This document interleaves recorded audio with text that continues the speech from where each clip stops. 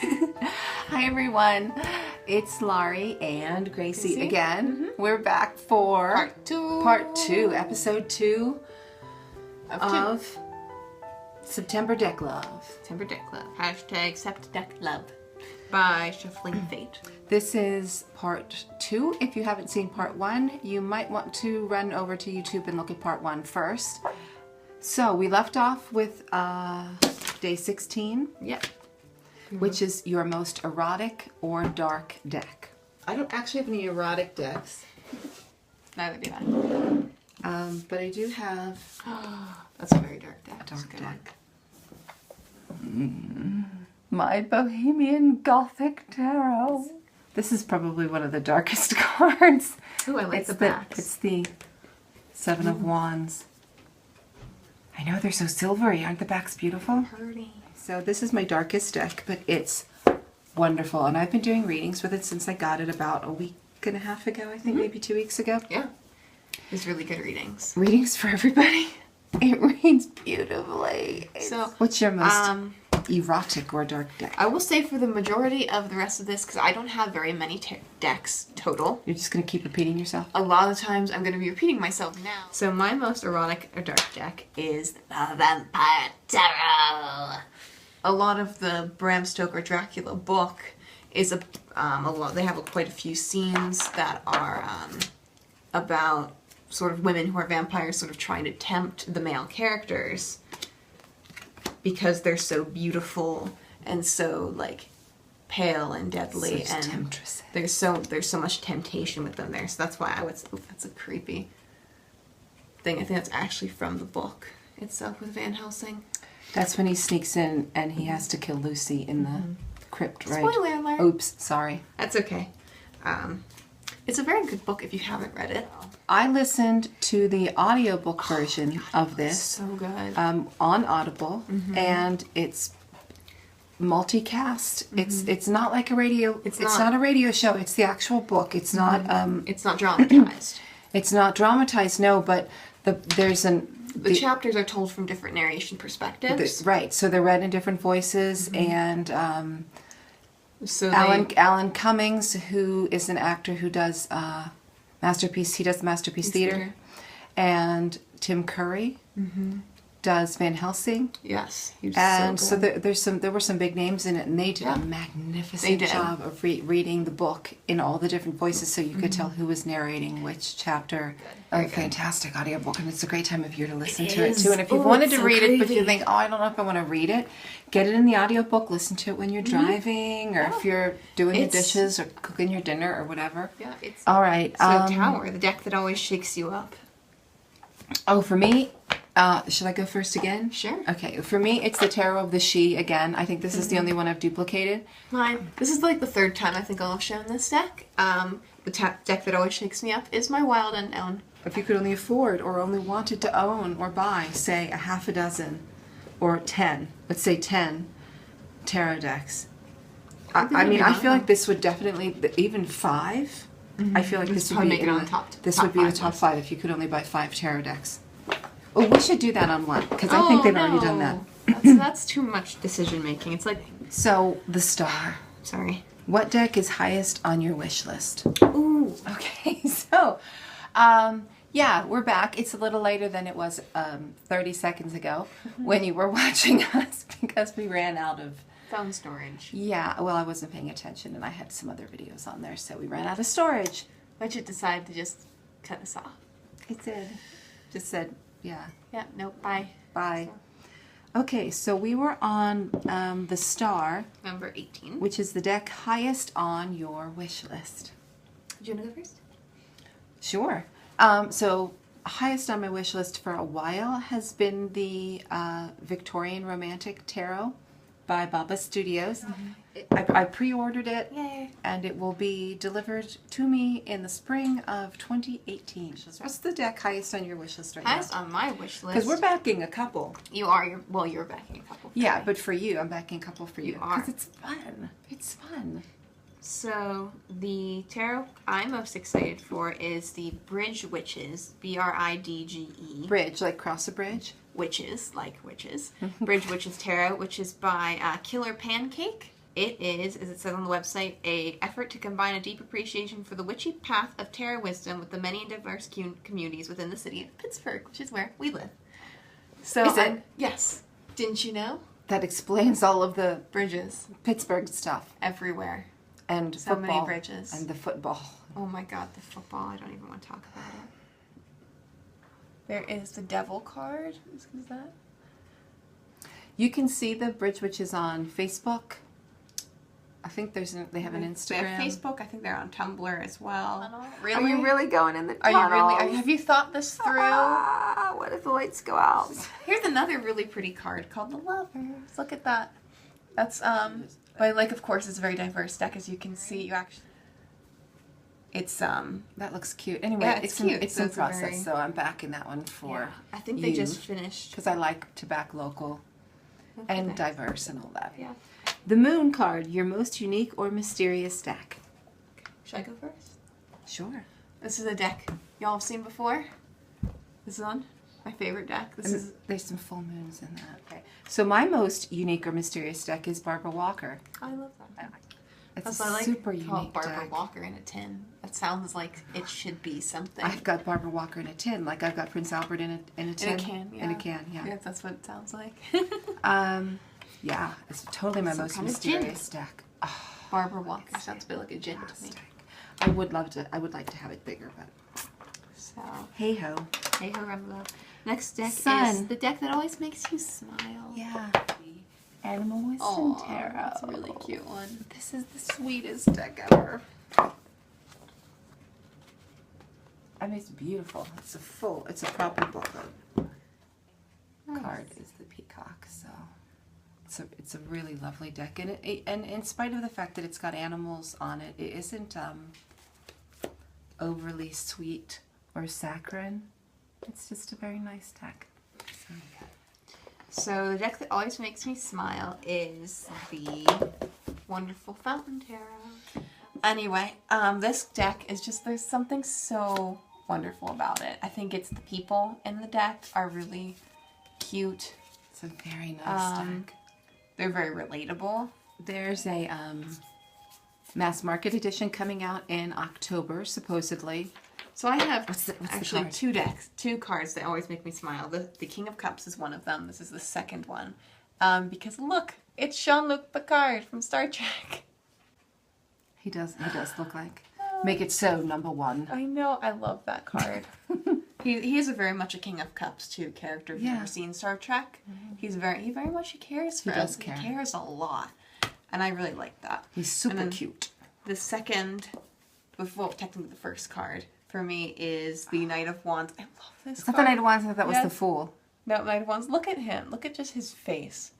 What a goofball, and he's so funny. Every time I see him, the backs are really pretty. Even though you've only trimmed 3 edges on yours. Mm-hmm. You trimmed the sides and then either the top or the either bottom. The top or the bottom, depending on where the because I think the majors have a top and the majors have the writing at the top. The minors have it on the bottom. The rest of them. So she trimmed 3 edges and 3 edges, which means you have a white stripe, which doesn't bother you at all. Yeah, I don't care. It bothers you less to have the white stripe than it did to have the border, right? With the gilding, yeah. And the gilding. I bonded with it a lot more actually during the trimming process, which is interesting. Like I didn't super bond with it at first. It comes with a nice little book. Nice little white book. I think all that's going to be it's going to be a nice box, I think, in the mass market version. Yeah. It's supposed to be quite nice. But what is your judgment? The deck that currently is calling you? Me is one you got me recently that I'm considering because the 3rd edition's out now and I should probably act before I regret it. Yes, because then the 1st edition could be the deck you missed. Yeah. Because you're never going to get that. Well, I can't say never going to get that. It might come up for trade. It is the Oracle of Oddities. This is the 2nd edition. Mm-hmm. There's a 3rd edition that's out now. Right. I bought the 2nd edition right before it went out, like right before it went away. Lena of Fire of Transformation podcast was the one who showed me and then told me where to find it. in the States. Thank you, Lena. So I love this deck. But I snapped up really quickly. I should probably get the 3rd edition. And then I kept it secret. The way these decks work is that they're sort of like additions. So if you get the 3rd one, it's completely new and you can just add it onto the deck you already have. Same backing, same size, same everything. I think there are 30 cards in each set. I think so. So if you have set 1, you have the first 30, set 2 is the second 30, and then set 3 would be the last 30. So I guess you would have 90 total, but you don't have the first. No, I wouldn't get the first, but I might get the 3rd and then put it away until after I've gotten tired of this one. Well, I've seen the 3rd edition and it has the chakras in it, and it is really lovely. I think Kasha did a walkthrough of the 3rd edition. So anyway, I love this deck. Is there a book that goes with it? I don't think so. I don't think so. It is just, it's got a keyword on the bottom. It is so delightfully creepy. I am a creepy girl at heart. I love creepy things. I do too. I like Victorian things. This is vaguely Victorian. And I love it. And it's really calling to me right now. I'm actually using it as my second oracle drawing for my daily draws. Is that an eyeball? That is an eyeball. And so you're drawing your I Am Power.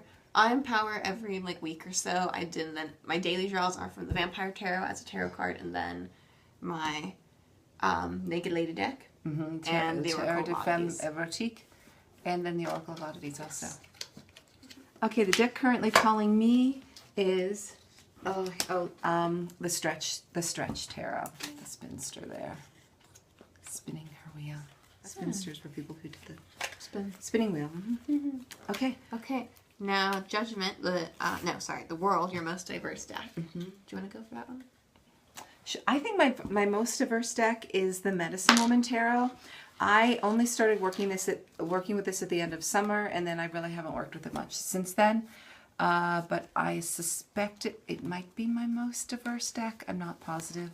Those are what the backs look like. They're really, really slippery, and I'm not super familiar with the deck just yet. I think it's a vintage. This is a brand new deck, but it was done originally a long time ago, and I think it was meant to have a lot of 80s diversity in it and feminism and things like that, but I'm not positive, so I think that's my most diverse deck. Under the Roses, Lenormand. And I would consider this my most diverse deck so far. I think as soon as I get the Bridge Witches, that's my most diverse deck. But what I like about this deck is that it has 2 of the children cards, 2 of the lady, and 2 of the gentleman. I think it's the man or the woman, things like that, they'll change. But in this one, it's lady, gentleman, and then the child. They have, as you can see, 2 of each. And they're racially diverse, which I think is awesome. And also with the lady and gentleman cards, since these are often used as significators, you can do 2 men in a reading, 2 women in a reading. It doesn't have to be romantic. It could be 2 friends, or it could be, for a romantic reading, you can you can do a group of people. It's a really pretty deck. Yeah, if you're having trouble with you and your 3 friends, you could use each of them as a significator for all of them. I like that it has some kind of keywords in the background. It does. I wonder if that's going to come up there. The Ace of Cups, favorite deck for spring. Shall I go? Sure. Okay. So my favorite deck for spring is one I've already shown. I'll show it again. Yep. And that is my Line Strider Tarot. Oh. I like it. I actually got it, I think, end of June. It would have been last year. I think so. It is. It speaks to me as a very spring, summery deck, mostly a spring deck. Yes, you got that in 2016, not 2017. Yeah. So, what about you? Oh, I have the Herbal Tarot. Okay. Which is a Rider-Waite Smith clone, only with herbs in it. But that's not really all there is. It's got a guidebook with it that actually talks about not just the card itself, but it talks about the energy of the card, and then the energy of the herb that would be appropriate medicinally to use with the card, or if you didn't want to take it medicinally, even just to say meditate upon that particular energy or look at the flower or whatever. It's super interesting. In conjunction with the Victorian Flower Oracle. You could really dig into it. You want to do your favorite deck for summer? Yes. Do you have a favorite deck for summer? I do have a favorite deck for summer. Okay. So my favorite deck for summer, which I've already put away, even though it's 90 degrees here, summer is the Gaian Tarot, because it's perfect for summer. So. That is nice. Very summery deck. I used it all summer, but I'm ready for autumn now. I know the leaves are changing, but it literally is 90 degrees here. It's like it's Arizona. Arizona. Fahrenheit. I don't know. We live in Pennsylvania, not Arizona.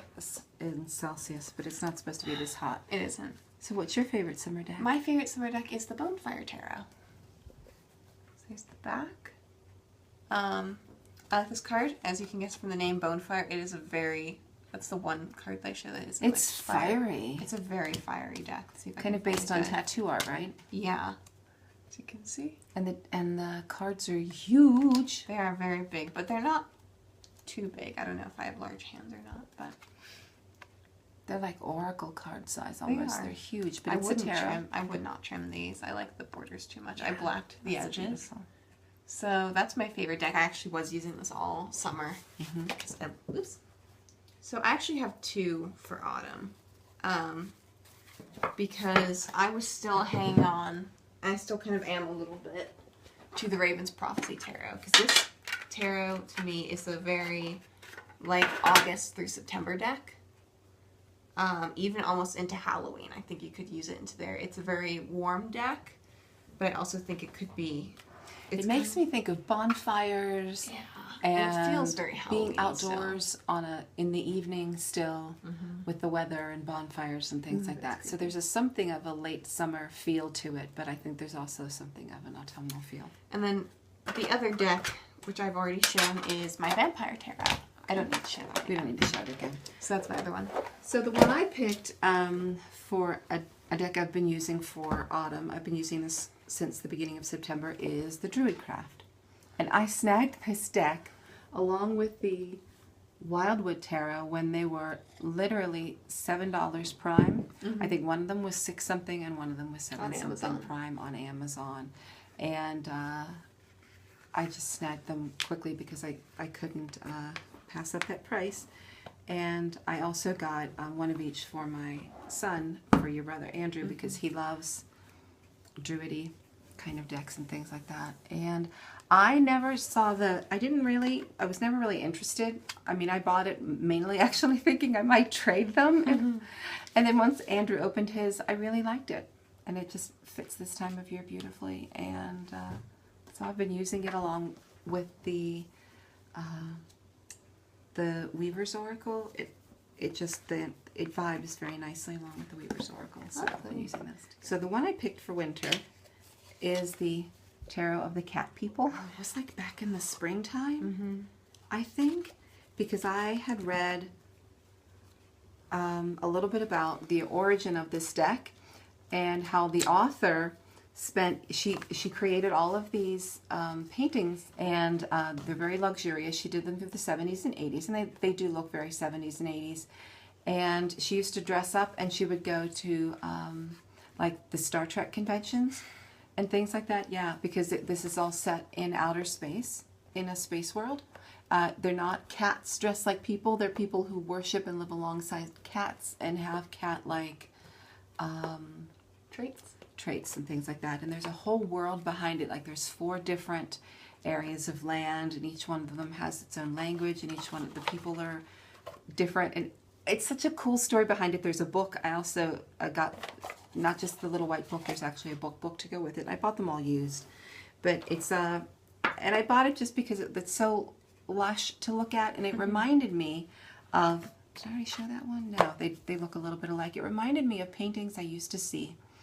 And I had an aunt when I was a little girl in the 1970s, and she had a lot of Richie Rich friends. And I can remember when we would have to stop at their house to pick something up or drop something off and go into their very fancy houses or their very fancy ritzy apartments. Most of them had very ritzy apartments that were very luxuriously decorated with luxurious fabrics and paintings on the wall, and they wore very fancy clothing, and so there was something of that reminded me of it. So I picked it up, but I haven't really used it because I think it's more like a winter deck. Yeah, I feel like that would be a good deck to pull out maybe after Christmas. That's what I was thinking. Like when you're in the throes of winter and it's like, I'm done with January, winter. It's February. I don't want winter anymore. That's exactly what I'm thinking. That would be a fun deck to pull out. The textures, and there's jewels and gems and gem colors, and look at that magician. Never mind, don't look at the magician. Look at the high priestess. And Karen Kuykendall, Kuykendall is the author's name. My favorite deck for winter is the Fountain Tarot. I'm going to get that for winter, I hope. Yeah, if it comes in time. I actually think, when did you get this for me? At the last year's, the BOGO on Black Friday, so Thanksgiving, right after so I was November. I was using this like through January and February. It was November very of good 16 deck for that. It's a very cool deck. The next two, I could go over very quickly because I've already shown those. What was your first deck? What was my first deck was, I don't know where it went. My Line Strider. And then my most recent deck purchase is my Naked Ladies deck. My Tarot Ephemeral Geek. Okay. My first deck was a cheap used Albano weight. It's very old. I think it's original. I think it's from the 60s or the 70s. For whatever reason, the backs are all skewed. None of them are centered. That's what makes it vintage. Them are centered, but most of them aren't. And it's not. This was before I cut them. I mean, it's not that they were off centered, but they're kind of beat up. You can see. And before so they had machines to do that. They were a bit grubby, and so I decided to go ahead and trim them. So this is my borderless. I did this probably last year before the borderless came out. The borderless. Although I like yours. Oops, I can't really hold things in this hand. No, that's okay. Here. And my most recent deck was going to be the Fantod Edward Gorey deck. I love that deck. Except I got one in the mail yesterday. I like mudras. I've used them in the past, but not in any kind of formal way. It's fun. It's like hand yoga. And it's hand yoga. For instance, it says it assists divine union, inner silence, and spiritual devotion. Its benefits are inner awareness, reducing stress and blood pressure. Instructions, palm to palm, join the hands together in front of the heart, with all of the fingers touching and pointing upward, and the focus or the mantra, I bow with reverence to the divine heart within. So I thought really nice. I thought I would start using some of these as actually, therapeutic hand therapy. This one looks really tricky. I think I got it. Yeah. It's a very tricky one to do. My fingers don't want to bend. Yeah, so that's my newest one. I look forward to doing that. Queen, the deck in progress you most desire. Should I go for mine? Yeah. So the one I most desire is I'm not sure what it's called, so I'm calling it the Stretch Lenormand. It is the Lenormand deck that's being made by J.E. Stretch of the Stretch Tarot. He's been posting pictures of it on Instagram. I think his Instagram handle is J.E. Stretch, but don't quote me on that. Might be Joseph. Might be Joseph Stretch, but it looks like a good deck. I'm going to be excited to get it. It's very much done in the style of the Stretch Tarot, only it's a Lenormand, and I like just everything that he's done with it so far. It's been really cool. So good choices. The one I'm most looking forward to actually is from Lisa McLaughlin, and I've been watching her on Instagram, and it's called the Textured Tarot, Textured Tarot, and it's a sort of collage-y deck, but it's mixed media, like a lot of her other. Lisa McLaughlin has done Tree Wisdom Oracle, Tree Wisdom Oracle, the Plant Ally Oracle, the Oracle of something else. She's done a lot, and you're really looking forward to it. And I think this is her first. Yeah. Nice. Okay. And last of all, one. the kingdom that you would like to live in or rule. Do we have the same ones? Do we have the same answer? I don't think so. No? I love that other choice stuff. The Everyday Witch Tarot. I love this deck. This is our family deck. We keep it in the dining room. We do. All the time. So that literally everyone in our family loves this everyone deck. uses it. It Dad already loves this deck. It already has such a vibe of kind of the vibe for our family. I edged it in Paris Dusk, and it gives very good readings. So I would love to live there because the energy is already feels very much like home. Ooh, I want to be her. Look. Yeah. So I would totally live there because I feel like I do a little bit already, except this is with a lot of magic and dragons. Dragons, magic wands, cats, stripy tights and pointy hats. I already have both of those. So the deck that I want to live in, sort of, it's hard to. Well, I'll just go ahead and say, it's the Earthbound Oracle. What I love about this deck is, I think what draws me most to it, and the reason I would want to live in the deck in a way, I say live in because it doesn't have so much scenes as, like, snapshots, is because it is a distinctly, you called it, what did you call it, like a Victorian naturalists sort of deck. Like, see, like that. It's kind of creepy. Yeah, it feels like if someone was a Victorian naturalist who kept a room of curiosities. This is what would be in his or her room. And that's what really draws me to it because I've always loved the Victorian era. Or a book of curiosities or something like that. You know, the people that were putting together museums and things like that at the turn of the century. last century. They love that time period. Vintage. It's very, that Victorian time period is very much like a draw for me. So, that's it for us. I think we're done. Oh my god. So, thanks for watching. Thank you for watching. Yeah, bye.